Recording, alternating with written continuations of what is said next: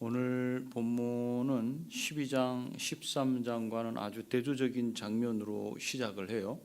그래서 12장, 13장이 어떤 분위기였는지를 익히고 있어야 14장으로 넘어오면서 이게 반전이 되는 것을 볼 수 있어요. 12장, 13장은 사탄을 상징하는 용이 나왔고, 용이 부리는 바다 짐승이 올라왔고, 또 땅 짐승이 나와서 셋이 연합해서 하나님의 백성을 공격하고 교회를 무너뜨리고 그렇게 하죠. 무너뜨리려고. 그래서 하나님의 백성들은 심한 박해를 받는다 그랬어요. 그리고 급기야는 죽임을 당하는 자리까지 가게 된다 그랬어요. 그래서 용과 바다 짐승과 땅의 짐승이 승리한 것처럼 보여요. 12장 13장만 가지고 보면. 그러나 12장 13장 17절로 안 끝나고 13장 18절은 그렇게 무시무시한 핍박자들의 수를 666이라고 이렇게 말했어요. 이것은 666말이다 하는 숫자를 말하는 게 아니고 이것은 상징적으로 쓰였다. 그 숫자 그대로, 글자 그대로 받아들이지 않는다 그랬어요. 666이라고 하면 지난번에 말씀드렸던 것처럼 게마트리아라고 하는 정통적인 유대인들이 성경 해석 방법 중에 하나, 그 알파벳에 다 숫자 값이 있다 그랬어요. 그 값을 가지고 그 의미를 알아낸다고 이렇게 말을 했고, 또 6이라고 하는 숫자는 완전수 7에 모자란 바로 그 숫자고, 또 완전수 12의 절반밖에 안 되는 숫자예요. 그래서 그들이 핍박자들의 수가 완전수에 차지 못한다, 미치지 못하는 아주 적은 그 짐승과 짐승의 세력들의 수는 이 정도다라고 하는 게 18절에서 알려준 힌트였어요. 그게 결론이었죠. 그리고 14장으로 딱 들어오면서 이게 반전이 되는 거예요. 14장은 세 부분으로 나뉘어져요. 세수로 나누는 기준은 내가 보니에 내가 보니. 성경을 보시면 14장 1절에 보면 내가 보니 이렇게 나오잖아요. 6절에도 보시면 또 나오죠. 또 보니 이렇게. 또 14절에도 보면 또 보니, 또 내가 보니 이렇게 되어 있어요. 그래서 본 것이 하나, 둘, 셋 이렇게 나오기 때문에 1절부터 5절까지 본 내용, 그 다음에 13절까지 본 내용, 그 다음에 14절부터 뒤까지 본 내용, 이렇게 세 부분으로 나눠서 14장을 살펴볼 겁니다. 그래서 오늘은 앞에 1절부터 5절까지만 봐요. 이 오늘 본문은 무슨 내용인가 하면 14만 4천이 승리하신 어린 양과 함께 시온산에서 찬양을 드리는 환상을 본 이야기예요. 내가 보니 그랬어요. 그래서 오늘의 무대는 지금 12, 13장의 무대는 어디였냐면 땅이에요. 땅. 이 땅이 무대. 근데 12, 13장의 그 땅에서 오늘의 무대는 어디냐면 하늘로 연결돼요. 하늘로 바뀌어져요. 십자가를 통해서 승리하신 어린 양이 시온산에 서 있고, 어린 양을 따르는 신실한 하나님의 백성들은 이 어린 양과 함께 시온산에 서서 하나님께 찬양과 경배를 드려요. 비록 용과 짐승을 경배하는 자들이 성도들을 핍박해서 죽임으로써 승리를 거둔 것 같아 보이는 게 12장 13장이지만 참된 승리는 어린 양과 성도들에게 있다는 게 오늘 14장이 말해줘요. 그래서 오늘은 우리가 14장 1절부터 5절까지를 통해서 세 가지를 살펴보려고 하는데, 지금 하늘로 장면이 바뀌었는데 시온산이 나와요. 시온이 도대체 어디인가? 이 부분이 한번 정리돼야 될 부분이고, 두 번째 우리가 살펴보긴 했지만 다시 한번 14만 4천은 과연 누군가? 그 14만 4천의 특징이 오늘 본문에서는 나와요. 그 특징을 좀 한번 살펴보고, 그 다음에 14만 4천과 이 어린 양 주변에 이 보좌를 둘러싼 그 네 생물 24장로들, 수많은 천군 천사들이 하고 있는 게 있어요. 그의 천상의 소리를 듣게 돼요. 그래서 천상의 소리는 도대체 무엇인가? 이렇게 살펴볼 거예요. 세 가지. 첫 번째는 시온은 어디인가? 1절에 보니까 또 내가 보니 보라 어린 양이 시온산에 섰고 이렇게 되어 있죠. 우리가 성경을 읽으면서 시온이라는 단어를 많이 접하고 있어요.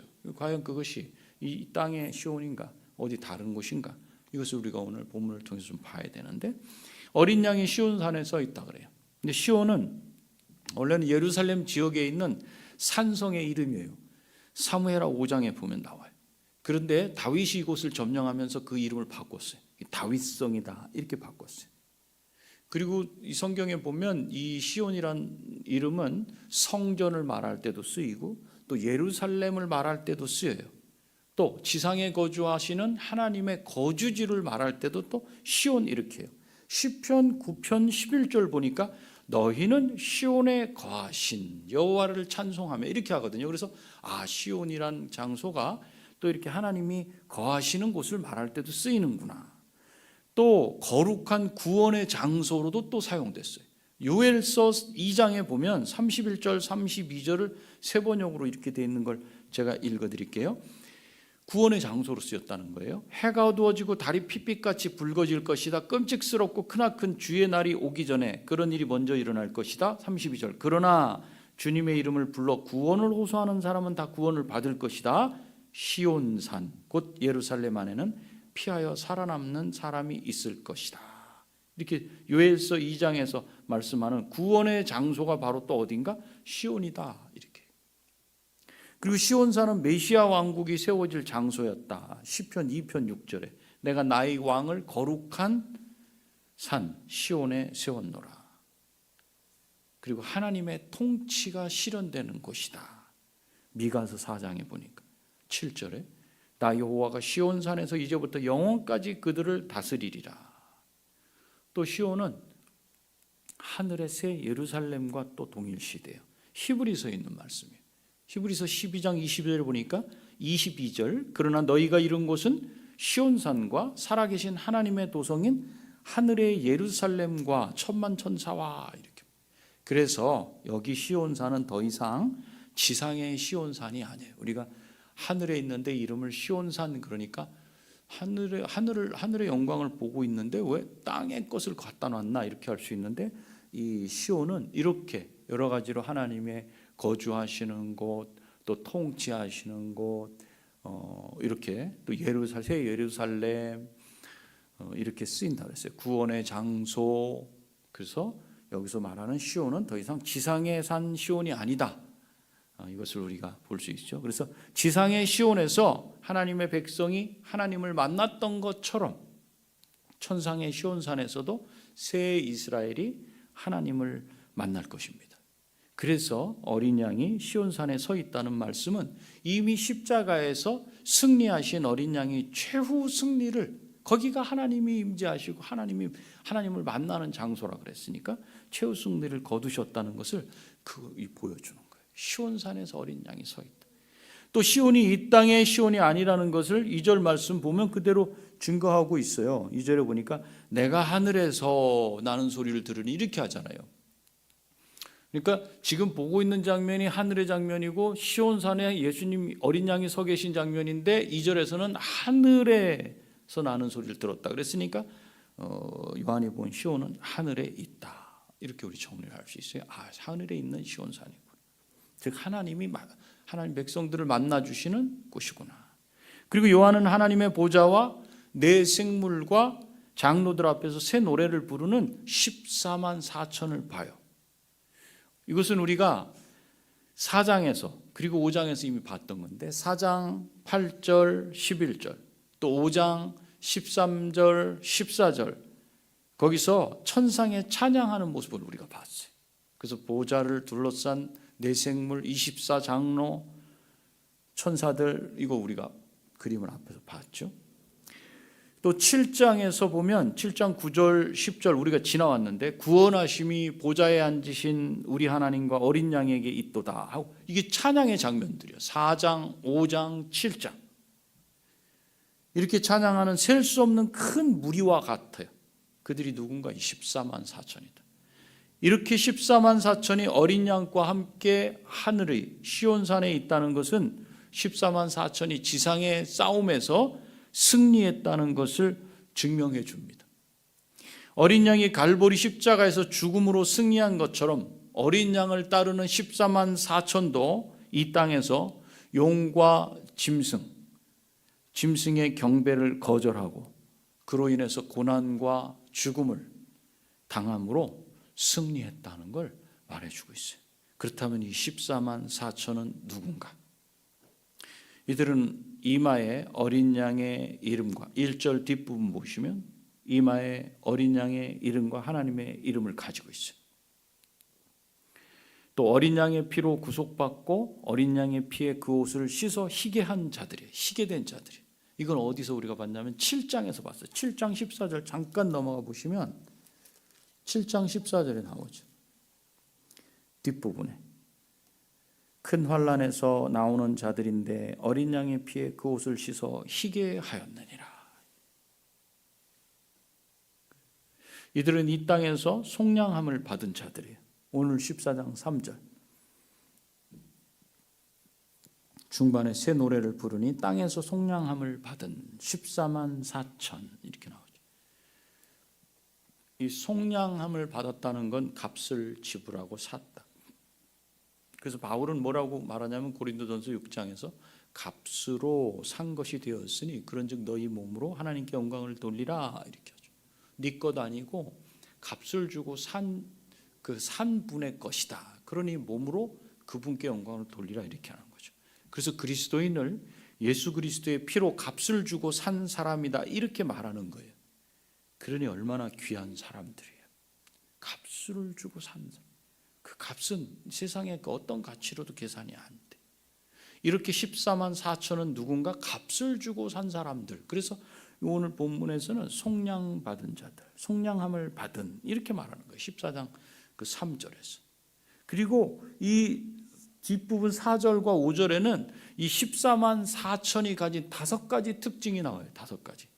앞에서부터 쭉 보면 4절 보세요. 이 사람들은 여자와 더불어 더럽히지 아니하고 순결한 자다. 여자와 더불어 더럽히지 아니하고 순결한 자다. 4절 처음에 나오죠. 이 말씀은 결혼을 하지 않았고 관계를 갖지 않은 것을 말하는 게 아니에요. 그래서 이 말씀을 잘못 이해해가지고 결혼 안 하고 사는 사람들이 있어요.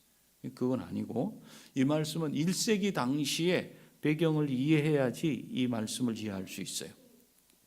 이 편지를 받았던 당시 소아시아 전역에는 처음에도 설명을 했지만 아데미 신전이 설치되어 있어요. 이 신전에서의 종교의식, 그 종교의식 중에 뭐가 포함되어 있냐면 그 신전에서 섬기는 여자 사제들이 있어요. 여사제들. 그들과의 육체적인 결합이 포함이 되어 있어요. 그러니까 신전에서 아데미 신을 섬기는 것과 더불어 뭐가 포함이 되냐면 음행이 포함돼요. 우상 숭배와 더불어 음행이 같이 연결되어 있어요. 그래서 이처럼 7교회가 속해 있는 그 지역은 그 지역의 성도들은 음행의 미혹에 아주 쉽게 노출되는 그런 상황 가운데 있었고 동성애도 아주 횡행했어요. 그런데 14만 4천은 음행으로 우상에게 무릎 꿇지 않은 순결한 무리들이다 이렇게 말해요. 이 순결한 자다 이런 뜻은 풀어서 말하자면 왜냐하면 이들은 신부이기 때문이다. 왜냐하면 이들은 처녀이기 때문이다 이런 뜻이에요. 신부이기 때문에 여자와 더불어 자신들의 몸을 더럽히지 않았다는 거예요. 그래서 고린도 교회를 향해서 바울은 고린도후서 11장 2절에서 정결한 처녀다. 고린도 교회를 이렇게 표현해요. 요한계시록 21장 9절에서는 교회를 신부 곧 어린 양의 아내 이렇게 또 말씀해요. 그렇기 때문에 신부, 처녀라는 말이 성을 즉 여성에게만 해당되는 말이 아님을 알 수 있어요. 하나님의 성도들, 그들이 곧 그리스도의 신부라는 말입니다. 그래서 거룩한 하나님의 백성들은 부정한 육체적 관계인 음행과 더불어서 행하게 되는 우상숭배 두 가지로부터 자신을 지킨 자들을 말해요. 그들을 거룩한 하나님의 백성들, 순결한 자들이다 이렇게 표현해요. 이 시대에도 육신의 즐거움을 위해서 몸을 함부로 내어주는 일은 음행에 해당됩니다.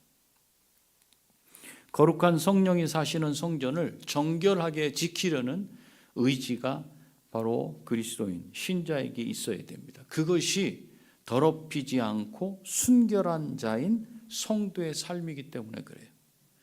그 첫 번째 이 14만 4천이 가진 특징, 여자와 더불어 더럽히지 않고 즉 음행을 하지 않고 순결한 자다.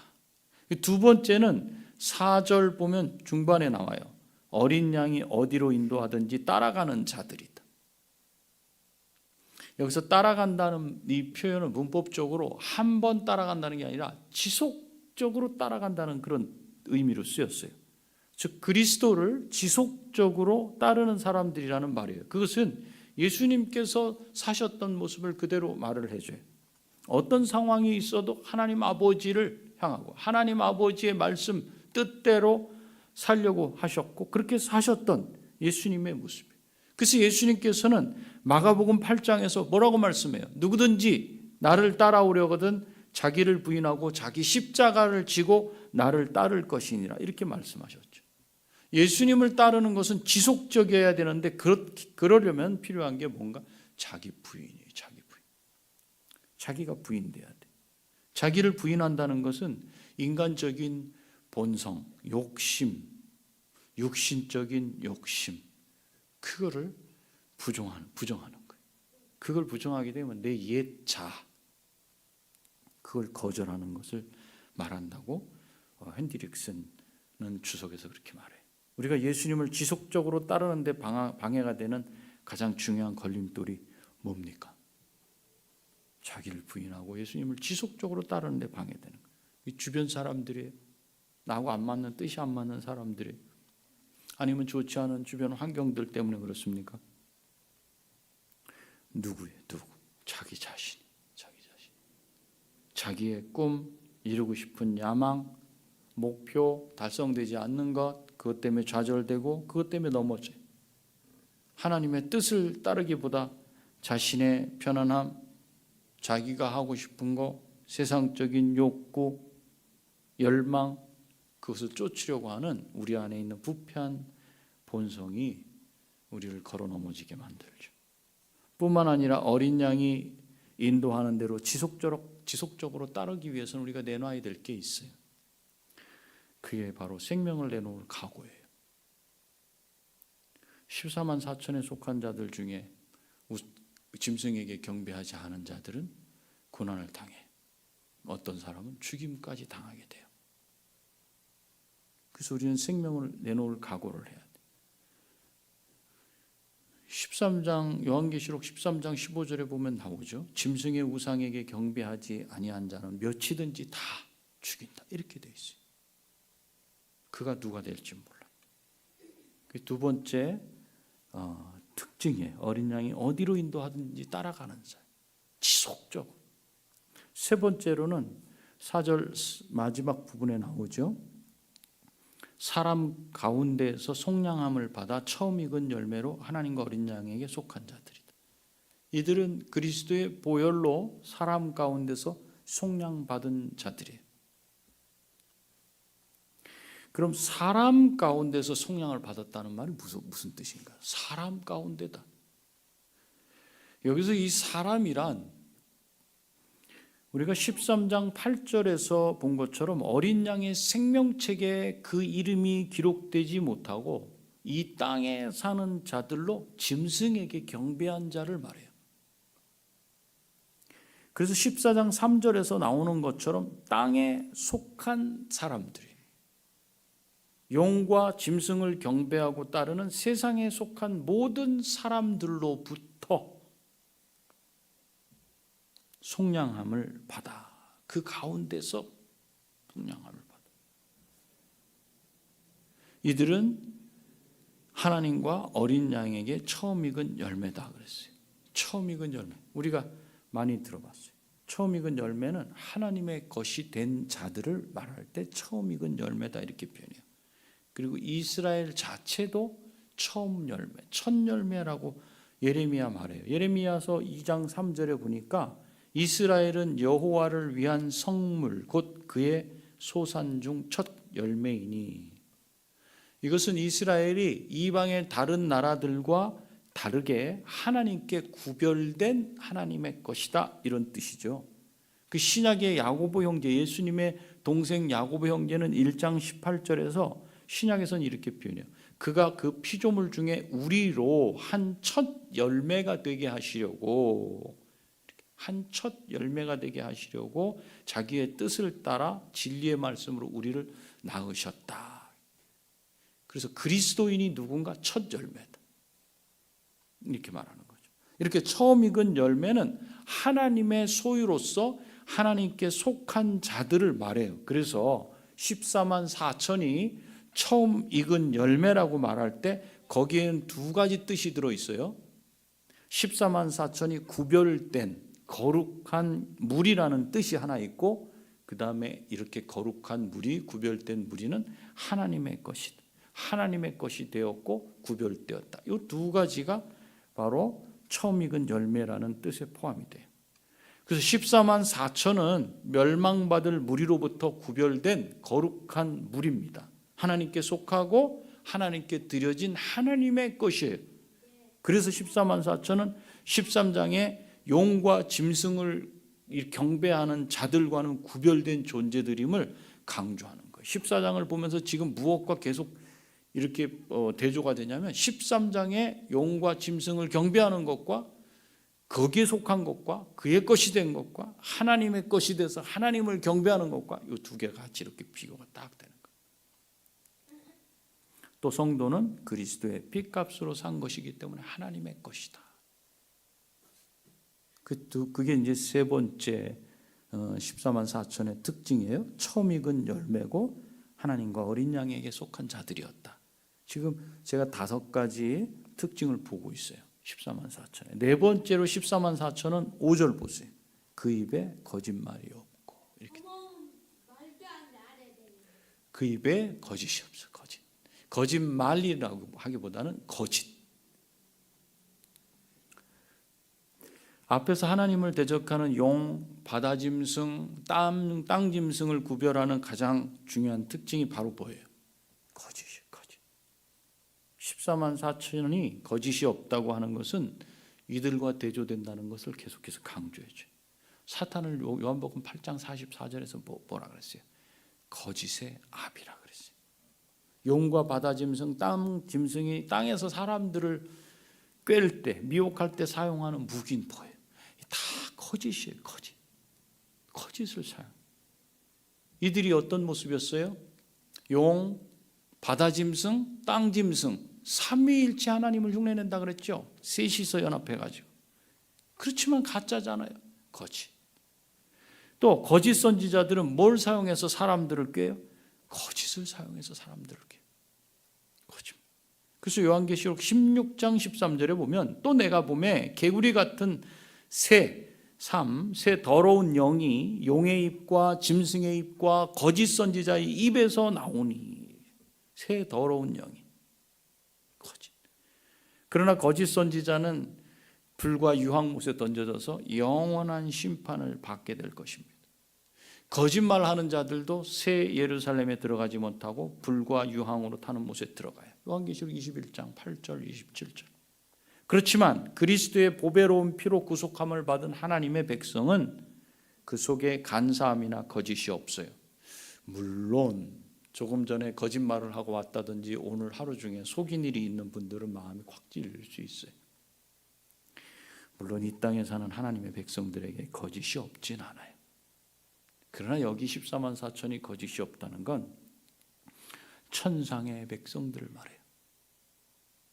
여러분도 구원을 얻어 구원받은 여러분도 이제 이 세상의 삶이 끝나고 하나님 앞에 가게 되면 온전히 구원이 이루어져요. 그땐 여러분 안에는 거짓이 없어요. 여기 천상의 백성들은 예수님의 형상을 온전히 이룬 자들이에요. 그들에게는요 거짓이 전혀 없어요. 그렇기 때문에 이 땅에서 살아가는 우리는 이 계시록을 보면서 천상의 성도들을 보면서 우리가 닮아가는 거예요. 예수 그리스도를 닮아가는 거예요. 자신의 신분이 누군지 분명히 안다면, 값으로 사신받은 하나님의 것이 된 것임을 분명히 안다면, 그들이 거기서 거짓이 없이 그렇게 살아가는 거예요. 이 땅 가운데서 불신자와 같은 그런 말을 하는 것은 그건 옳지 않겠죠. 좀 부끄러운 일 아니겠어요? 그걸 고쳐나가는 거예요. 지금 이 사회, 이 대한민국의 가장 큰 문제가 뭐예요? 아주 참 거짓이 난무하는 거예요. 권력을 가진 자들은 하나같이 거짓말 선수들이에요. 제가 보기에 그래요. 누가 거짓말을 잘하나, 이 대회에서 뽑은 사람들이 자기들의 기량을 아주 그냥 고급스럽게 드러내는 그런 자리가 아닌가. 저는 가끔 그래요. 자녀들이 보고 있을 텐데 부끄럽지도 않나. 겉으로만 선한 척해. 법을 가장 잘 아는 듯 사람들은 법을 가지고 잘못된 사람을 다 거짓말로 해서 보호를 해. 그리고 빠져나갈 길을 만들어. 거짓말로. 이런 행위들은 다 어디에서 나왔냐면 사탄과 짐승에게 속한 것들입니다. 이런 짓은. 그러니 하나님 백성들은 눈앞에 있는 이익을 잡으려고 이들처럼 이렇게 닮아가서는 안 돼요. 내가 이거 한 번만 딱 속이면 이게 내게 돼가지고 이런 자리 이런 거 차지할 텐데 그냥 포기를 해야 돼. 거짓이 없다. 그게 이제 네 번째 특징이에요. 14만 4천은 거짓이 없어요. 다섯 번째로 5절 뒷부분이죠. 흠이 없는 자들이다. 구약에서는 흠이 없는 이란 단어가 하나님께 바쳐질 제물에 사용됐죠. 그리고 레위기에도 보면 그렇죠? 그 신약에서는 8번이 사용되는데 그리스도를 수식하는 말로 2번 나와요. 그리스도를 수식할 때. 또 성도들을 수식할 때 6번 나와요. 하나님께서는 신자를 하나님 앞에서 거룩하고 흠이 없게 하시려고 예정하셨다. 에베소서 1장 4절에 보면 나오는 말씀입니다. 흠이 없게 하시려고 예정하셨다. 그리고 교회를 향해서 하나님이 가지신 그 계획에 대해서 에베소서 5장에 이렇게 말씀하고 있어요. 26절, 27절인데 이는 곧 물로 씻어 말씀으로 깨끗하게 하사 거룩하게 하시고 자기 앞에 영광스러운 교회로 세우사 티나 주름 잡힌 것이나 이런 것들이 없이 거룩하고 흠이 없게 하려 하심이라. 교회를 향해서 이렇게 흠이 없게 하려 하심이라. 그런데 이 땅에서 하나님의 백성이 과연 흠이 없어요? 여전히 흠이 많고 부족해요. 이 땅에서 신자는 이 죄의 권세로부터 자유롭지 못해요. 그렇지만 천상의 하나님의 백성은 죄의 권세가 미치지 못해요. 죄의 권세와는 우리가 갖고 있는 죄의 본성은 이제 딱 떨어져 버려요. 그래서 흠이 없어요. 그래서 아버지의 온전하심과 같이 그리스도의 형상으로 온전하게 되었기 때문에 그렇습니다. 그래서 신자들에게는 소망이 있어요. 지금 이 땅의 신자들에게는 하나님께서 예수 그리스도를 닮게 하시고 정결케 하시고 온전히 거룩하게 하실 날, 그날을 소망하는 거예요. 우리의 연약함, 죄의 본성으로 인해서 넘어지는 것, 흠이 있는 것, 주름진 것, 티가 있는 것, 이런 자신들을 바라보면서 다시 한번 하나님 앞에 매달 나를 거룩하게 하실 그날을 소망하는 것. 그래서 그리스도께서 온전한 희생 제물이 된 것 같이 성도들도 이제 온전한 제물이 될 것입니다. 이것이 교회를 향하신 하나님의 계획이고 성도들이 바라보고 나가야 될 바른 방향이에요. 그리고 거기다 소망을 두는 거예요. 여기서 완전히 되지 않습니다. 그것을 향해서 한 걸음 나가요. 그렇기 때문에 우리는 우리를 거룩하게 하시고 변하게 해 주실 주님을 찬양하고 소망하고 낙심하지 말고 이 길을 가야 돼. 실패하고 하나님 앞에 죄악을 범한다 할지라도 하나님 앞에 회개하고 다시 무릎 꿇고 하나님의 것이니까 하나님 나를 고쳐주십시오. 이렇게 나가야죠. 다른 성도를 향해서도 흠이 있고 티가 있고 주름이 잡히고 거짓이 보인다 할지라도 하나님께서 고쳐주실 거예요. 왜? 하나님의 것이니까. 그 놓고 기도해주고 너그럽게 받아줘야 되는 거죠. 이런 14만 4천 명의 거룩하게 구별된 하나님의 백성들이 천상에서 무엇을 하는가 봤더니 2절 3절에 나와요. 그게 세 번째 마지막으로 봐야 될 내용이에요. 하늘에서 나는 소리가 있어요. 과연 이 하늘에서 나는 소리는 무엇인가? 요한은 하늘에서 나는 소리를 듣습니다. 우리는 육신의 눈과 귀로 천상의 세계를 보지 못하고 들을 수 없어요. 이 지구가 회전하는 소리를 우리 못 듣잖아요. 우리가 들을 수 있는 영역의 소리, 그 데시벨을 넘어가면 우리는 듣질 못해. 요한은 천상에서 들려온 소리를 들어요. 그 소리는 엄청나게 커요. 그리고 장엄해, 묵직하고 인간의 소리로 표현을 할 수가 없어요. 그래서 사도 바울이 마치 낙원에 이끌려 가서 말로 표현할 수 없는 소리를 들었다고 그렇게 한 것과 같아요. 고린도후서 12장에서 요한은 자기가 들은 소리를 세 가지 직유법, 뭐뭐와 같은, 뭐뭐와 같은, 뭐뭐와 같다 이렇게 표현을 하는데 한번 보세요. 뭐라고 표현하는지. 2절에 내가 하늘에서 나는 소리를 들으니 뭐라 그래요? 많은 물소리와도 같고, 많은 물소리 우리 많이 들어봤잖아요. 또 큰 우레소리와도 같고 검은 곳 하는 소리와 같다고 했어요. 무슨 뜻이냐? 정확치 않아요. 이것 같다 이렇게 표현했지 이거다 이렇게 표현을 못한 거예요. 그런데 그것을 비유해 보니까 이것과 같은 소리구나 이렇게 표현한 거예요. 그 천상의 소리는 첫째로 많은 물소리와 같다 그래요. 이 성경의 많은 물소리는 에스겔 43장 2절에서 하나님의 음성을 말할 때 하나님의 음성이 많은 물소리와 같다 이렇게 했고, 에스겔 1장 23절에서는 내 생물이 움직일 때 그 날갯소리가 많은 물소리와 같다 그랬고, 계시록 1장 15절에서는 예수님의 음성이 많은 물소리와 같다 이렇게 했어요. 이처럼 많은 물소리는 천상의 존재의 중요한 특징으로 나타나요. 무엇보다도 요한은 천상의 찬양 소리를 요한계시록 19장 6절에서 많은 물소리와 우레소리에 이렇게 비유했어요. 19장 6절을 보니까 제가 읽어드립니다. 또 내가 들으니 허다한 무리의 음성과도 같고 많은 물소리와도 같고 큰 우레소리와도 같은 소리로, 이렇게 천상의 찬양 소리가 많은 물소리, 큰 우레소리와 같다. 그래서 천상의 소리, 이 요한이 들은 그 천상의 소리가 무엇이었는가? 첫 번째, 많은 물소리와 같다. 폭포가 팍 떨어질 때 떨어지는 소리와 바닥에 닿으면서 퍼지는 그런 소리, 그런 것 같이 웅장하다. 막힘이 없이 팍 떨어지는 그런 소리다. 둘째로 천상의 소리는 큰 우레소리와 같다. 천둥 소리라는 거죠. 구약에서는 시내산에 하나님이 강림하실 때 우레와 번개와 빽빽한 구름이 산 위에 있었다, 그렇게 표현이 되어 있어요. 출애굽기 19장에 보면.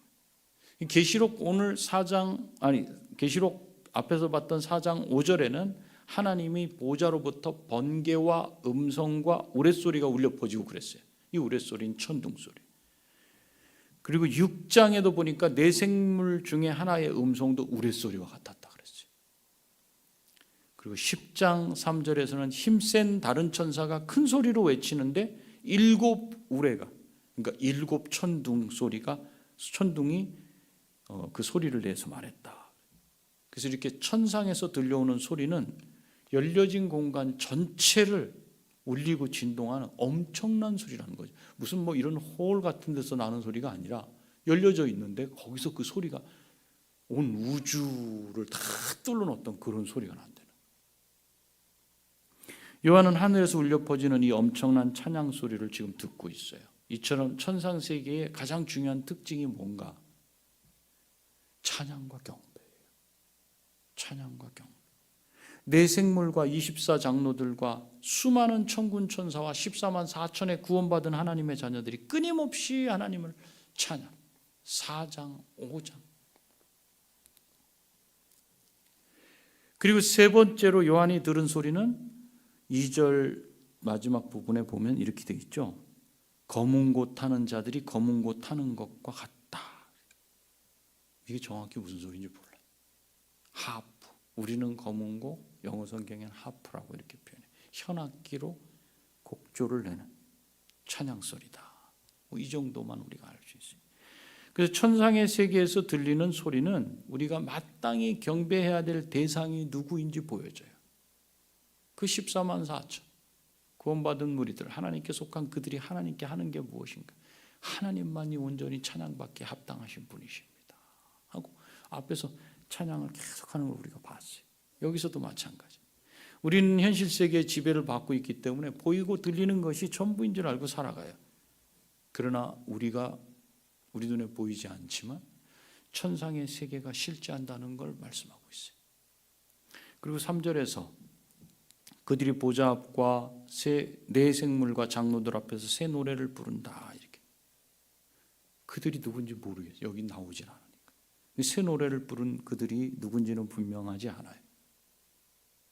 초점은 요한이 지금 이걸 들었다고 하는 초점은 그가 누가 이렇게 새 노래를 불러? 그게 아니라 합창으로 들려지는 그 소리들이 다 모아져서 우렁차게 이렇게 딱 들려지는 그 소리에 압도돼서 요한은 굳이 새 노래 소리가 꼭 누구의 소리인지를 여기다가 이렇게 기록하고 그걸 찾아야 될 그 중요성을 느끼지 않았을 수 있어요.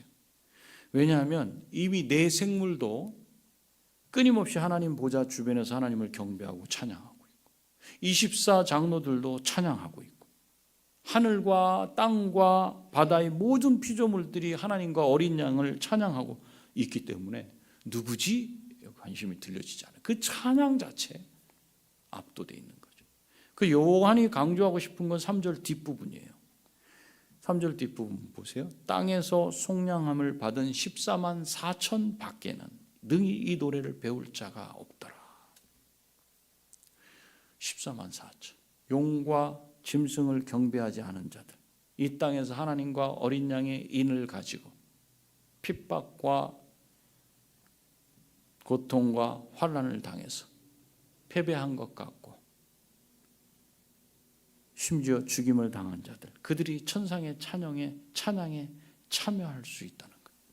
구원받지 못한 사람들은 하나님께 기쁨의 찬양을 드릴 수 없는 겁니다.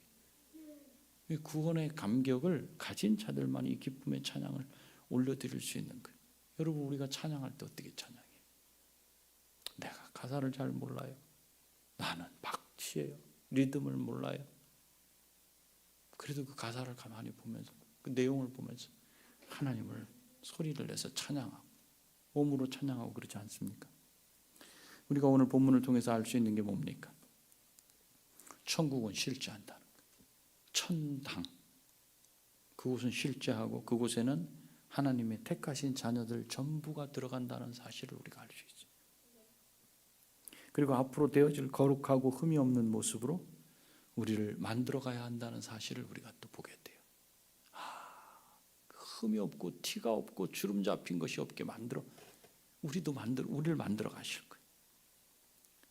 그러기 위해서 우리가 이 땅 가운데서 거짓을 쫓지 말고 자신의 유익을 구하며 그리스도를 따랐다 말았다 이렇게 하지 말아야 돼요. 시간이 지나면 지날수록 그리스도께 순종하는 게 그 깊이와 넓이가 더 커지고 넓어져요. 갈수록 이제는 요 정도만 해도 된다라는 그런 생각으로 그렇게 바뀌시면 안 돼요. 이 하나님의 그 말씀을 더 깊이 알면 알수록 이제 깊이 들어가게 되는 거예요. 깊이. 순종의 정도가 달라져요. 근데 이게 점점 대충 되게 되면 하나님을 잘 모르고 있는 거예요. 그건 용과 짐승의 유혹에서 흔들릴 가능성이 상당히 많은 겁니다. 왜요? 뭘 가지고 유혹해요, 그들이? 우리가 좋아하는 거 갖고 유혹하거든요. 내가 하고 싶은 그거 가지고 유혹하거든요. 근데 내가 지금 하나님을 더 깊이 섬기고 하나님을 깊이 사랑하고 순종하는 쪽으로 가기보다는 반대쪽으로 가고 있다 그러면 그건 뭐 딱 걸린 거 아니겠어요? 우리 스스로를 잘 돌아봐야 돼.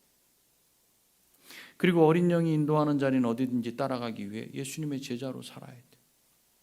이렇게 거룩한 하나님의 자녀들은 천국에서 찬양과 경배로 하나님을 기뻐하는 것처럼 이 땅에서 오직 택한 자들만 부르는 찬양의 특권을 그대로 사용해서 우리가 예배 때 하나님을 마음껏 찬양하는 것, 기도할 때 하나님을 마음껏 찬양하는 것, 집에서 하나님을 마음껏 찬양하는 것, 그러면서 하나님을 경배하는 그 삶을 살아야 한다는 걸 우리가 오늘 본문을 통해서 알 수 있어요.